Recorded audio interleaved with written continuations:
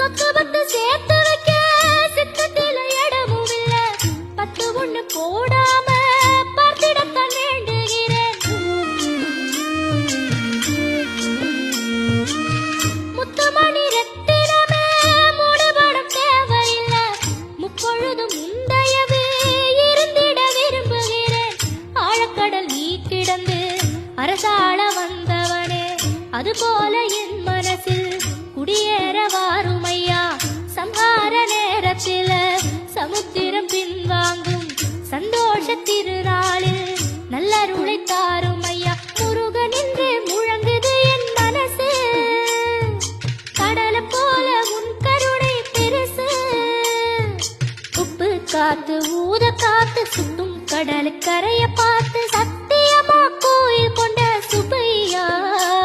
எங்க குப்பத்துக்கு குலவிளக்கு